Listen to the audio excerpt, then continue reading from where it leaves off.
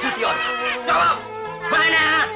Ayo jawab! Dari semua jenderal yang jadi korban keganasan PKI, nama Pir Andreas Tendean tak pernah luput dari sorotan. Pria yang akrab disapa Pir Tendean ini merupakan seorang perwira militer Indonesia yang menjadi salah satu korban peristiwa G30S PKI pada tahun 1965. Jangan sekali-kali meninggalkan sejarah.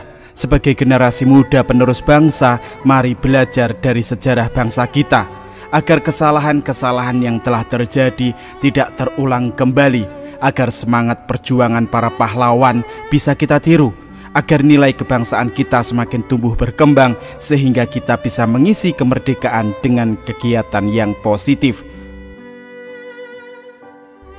Ya pemirsa, dalam video kali ini kita akan membahas secara singkat tentang pahlawan revolusi Pir Andreas Tendean. Apabila ada kesalahan dalam penyebutan nama, gelar, tahun maupun perbedaan versi, sebelumnya saya aturkan mohon maaf yang sebesar-besarnya. Apabila ada kritik serta saran, silahkan Anda tuliskan di kolom komentar. Assalamualaikum warahmatullahi ta'ala wabarakatuh. Salam Rahayu, Om Swastiastu, Namo Buddhaya, salam kebajikan. Selamat datang di Jinglang Channel.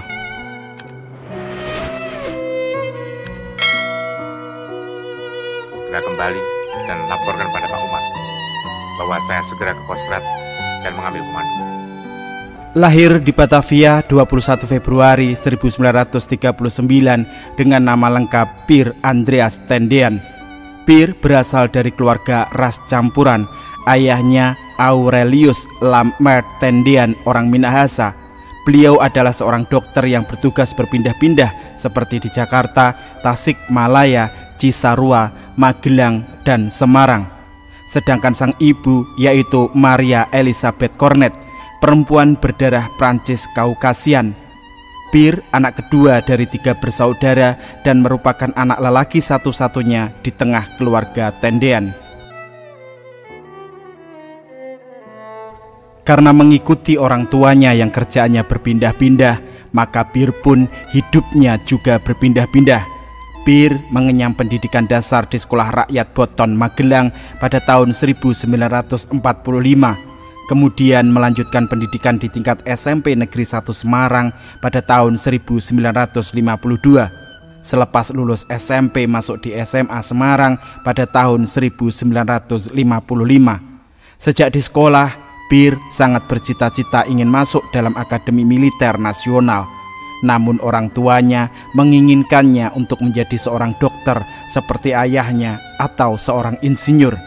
Karena tekadnya yang kuat serta rasa ingin mengabdi kepada negaranya, Pir pun berhasil menempuh pendidikan taruna di Akademi Teknik Angkatan Darat yang berada di Bandung pada tahun 1958.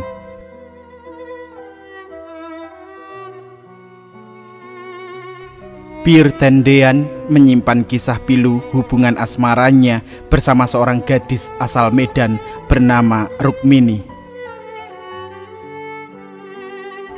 Pir Tendean memiliki perawakan ideal dengan wajah tampan blasteran Asia Eropa, serta dikenal disiplin dan ramah, membuat Pir banyak digandrungi oleh gadis-gadis semasa menjadi taruna. Tetapi hatinya hanya untuk Rukmini seorang, hingga membuatnya yakin untuk melamarnya. Pertemuan pertama Pir Tendean dengan Rukmini adalah saat ia ditugaskan sebagai komandan peleton Batalion Tempur II Kodam Bukit Barisan di Medan pada tahun 1963.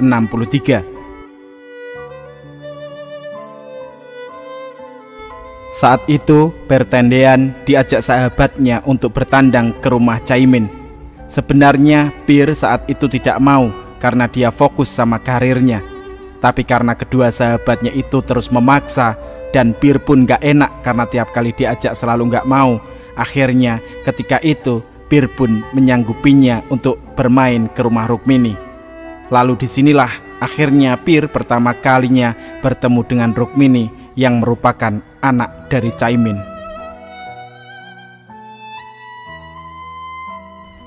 Ketika itu, Pir masih berpangkat Letnan II. Dari sinilah kisah cinta keduanya dimulai.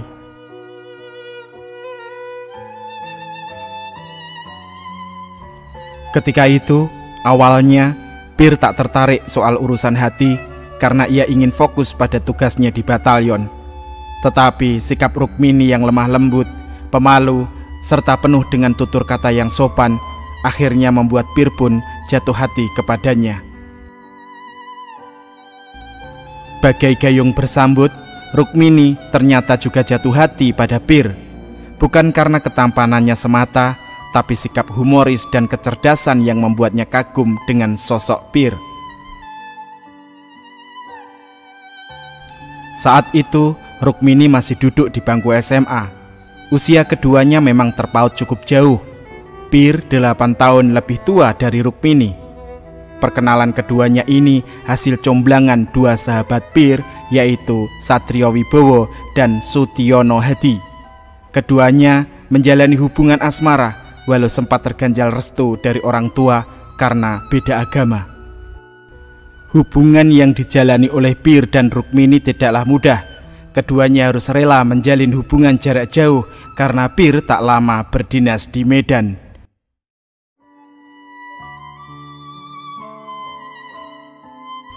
Pada pertengahan tahun 1963, Pir Tendean pindah ke Bogor. Dia harus mengikuti pendidikan intelijen. Tamat sekolah intelijen, Pir langsung ditugaskan oleh Dinas Pusat Intelijen Angkatan Darat untuk menjadi mata-mata ke Malaysia sehubungan dengan konfrontasi antara Indonesia dengan Malaysia yang dikenal dengan istilah Dwikora. Pir bertugas untuk memimpin sekelompok relawan di beberapa daerah untuk melakukan penyusupan ke Malaysia. 3 kali Pir menyusup ke Malaysia. Di misi terakhirnya, nyawa Pir hampir melayang karena speedboatnya kepergok kapal destroyer Inggris dan dikejar. Berhari-hari pun akhirnya Pir terkatung-katung di lautan. Pir akhirnya selamat. Sejak saat itulah prestasi Pir Tendean di bidang militer mulai menjanjikan. Dibuktikan dengan setidaknya ada 3 jenderal yang menginginkan Pir Tendean menjadi ajudannya, yaitu Jenderal Aha Nasution, Jenderal Hartawan, dan Jenderal Kadarsan. Tetapi Jenderal Nasution berkeras menginginkan Pir sebagai ajudannya. Hingga pada tanggal 15 April 1965, Pir mulai dipromosikan menjadi Letnan I dan pengawal pribadi Jenderal Abdul Haris Nasution menggantikan Kapten Manulang yang gugur saat menjaga perdamaian di Kongo. Pada usianya yang menginjak 26 tahun, Pir Tendean menjadi salah satu pengawal termuda yang dimiliki oleh Jenderal Nasution. Kesetiaannya kepada cintanya yaitu Rukmini yang jauh berada di Medan tak perlu diragukan lagi. Jalinan cinta keduanya terus berlanjut melalui hubungan jarak jauh. Mereka pun sering berkirim surat. Gak kebayang ya betapa romantisnya surat cinta zaman dahulu ya guys. Tahun demi tahun berlalu, Pir menjalani bermacam penugasan. Masa cuti dinas selalu ia pakai untuk berkunjung ke Medan. Sampai akhirnya Pir memantapkan niatnya untuk mempersunting gadis pujiannya itu di tahun 1965. Betapa bahagianya hati mereka karena ikatan cinta yang selama ini mereka rajut akhirnya sebentar lagi akan menjadi ikatan suci, yaitu pernikahan. Setelah memantapkan hatinya, pada bulan Juli 1965, Pir Tendean melamar sang kekasih hati. Keduanya berniat melanjutkan hubungan asmara mereka ke jenjang pernikahan. Pernikahan keduanya direncanakan akan dilaksanakan pada bulan November 1965.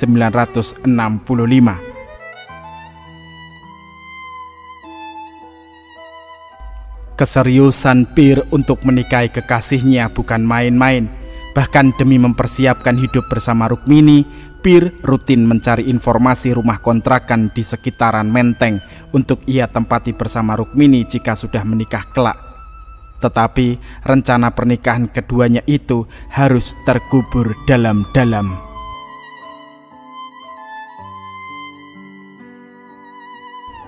Tepat tanggal 30 September, Pir biasanya berada di Semarang untuk merayakan hari ulang tahun ibunya. Kala itu, Pir menunda kepulangannya karena bertugas sebagai ajudan Aha Nasution di Jalan Teuku Umar nomor 40 Jakarta Pusat. Tetapi Pir saat itu sempat memberi kabar kepada keluarga di Semarang bahwa dia tidak bisa pulang dan tidak bisa ikut untuk merayakan ulang tahun ibunya. Pir Tendean berjanji akan pulang hari esok pada tanggal 1. Sebagai seorang ibu, pasti hatinya sedih karena anak kesayangannya tidak datang di hari ulang tahunnya. Tetapi tidak disangka, pagi itu, tepat tanggal 1 Oktober dini hari, pasukan Cakrabirawa datang menyerbu kediaman Jenderal Nasution untuk melakukan penculikan. Saat kediaman Jenderal Nasution dikepung pasukan Cakrabirawa, Pir sebagai ajudan bergegas melindungi atasannya ketika berniat melarikan diri. Pada saat Jenderal Nasution melompat tembok samping rumahnya, pada saat yang sama, Pir ditangkap setelah berkata, "Saya ajudan Nasution."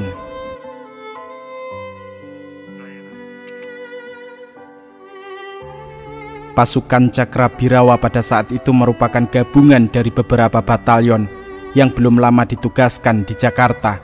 Mereka fokus pada pengawal presiden, sehingga mereka kurang familiar dengan wajah para petinggi angkatan darat. Pada saat menangkap Pir, mereka tidak mendengar kata ajudan yang diucapkan Pir, tapi yang terdengar hanyalah "Saya Nasution."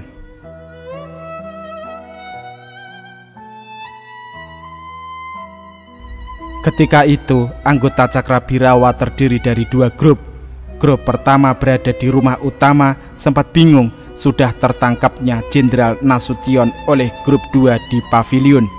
Sementara grup kedua di pavilion bersikeras bahwa orang yang ditangkap adalah Jenderal Nasution, bukan Pir, sehingga peristiwa tersebut menyelamatkan Jenderal Nasution dari incaran PKI. Pir Tendean diikat dan dibawa ke truk. Tak lama bunyi peluit terdengar. Isyarat misi penculikan jenderal berhasil dilakukan. Pir diculik ke kawasan Lubang Buaya, Cipayung, Jakarta Timur. Dalam keadaan terikat dan mata tertutup, cahaya matahari belum menampakkan sinarnya. Dalam buku Monumen Pancasila Sakti terbitan Rosda Jaya Putra, sempat ada percakapan antara Pir dan penculiknya. Dalam percakapan tersebut, Pir sempat bertanya dirinya akan dibawa kemana. Tetapi penculik tersebut merespon dengan pukulan dan tendangan sepatu tentara.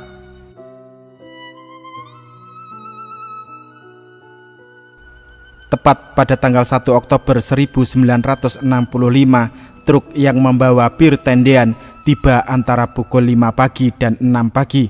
Sesampai di Lubang Buaya, tak hanya Pir yang berada di tempat itu. Rombongan pun membawa 3 jenderal dalam keadaan sudah tak bernyawa. Jenderal tersebut antara lain Letjen Ayani, Maijen MT Haryono, dan Brigjen DI Panjaitan. 3 perwira angkatan darat lainnya masih hidup saat itu di Lubang Buaya, yaitu Maijen R. Suprapto, Maijen S. Parman, dan Brigjen Sutoyo Siswo Miharjo.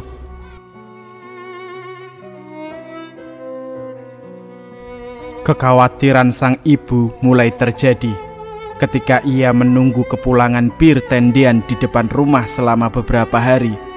Bahkan sang ibu sempat mengajukan izin cuti pada tanggal 1 Oktober 1965 untuk anaknya Pir pulang ke rumah.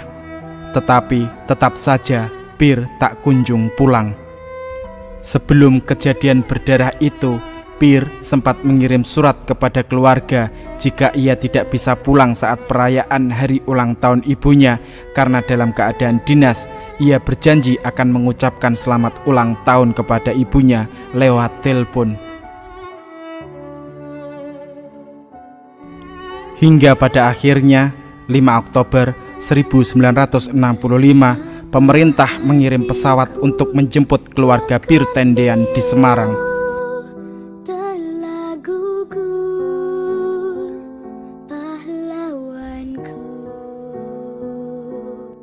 Melihat peti jenazah Pir Tendean, ibunya menangis dan meratap. "Pir, anakku, apa yang terjadi padamu, nak?"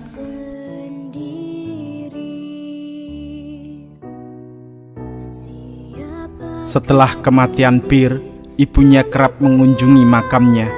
Ia selalu memborong banyak bunga anggrek untuk menutupi seluruh makam anaknya dengan bunga. Kondisi kesehatan ibunya yang terus menurun membuat ibunya jatuh sakit, dan pada tanggal 19 Agustus 1967 beliau wafat. Ibunya berpesan agar jenazahnya ditutupi dengan selimut milik Pir.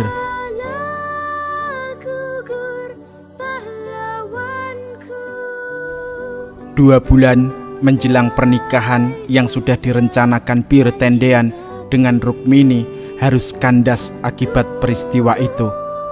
Tak mudah bagi Rukmini untuk menerima kepergian sang kekasih hati. Hatinya sedih dan hancur.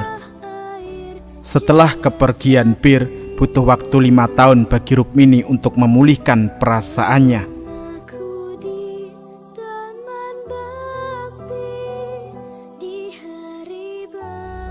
Pir wafat di usia yang masih muda, yaitu 26 tahun. Bersama ke-6 perwira lainnya, Pir Tendean dimakamkan di Taman Makam Pahlawan Kalibata, Jakarta. Untuk menghargai jasa-jasanya, Pir Tendean dianugerahi gelar Pahlawan Revolusi Indonesia pada 5 Oktober 1965 berdasarkan Surat Keputusan Presiden Republik Indonesia nomor 111/Koti/tahun 1965. Bentuk kehormatan pun disampaikan dengan menaikkan pangkat beliau menjadi kapten.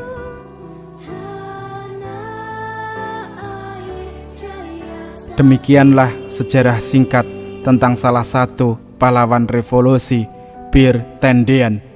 Apabila ada kesalahan dalam penyebutan nama, gelar, tahun maupun perbedaan versi, saya haturkan mohon maaf yang sebesar-besarnya. Bila ada koreksi, silahkan Anda tambahkan di kolom komentar. Akhirul kalam, wassalamualaikum warahmatullahi ta'ala wabarakatuh. Salam Rahayu, Om Swastiastu, Namo Buddhaya, salam kebajikan.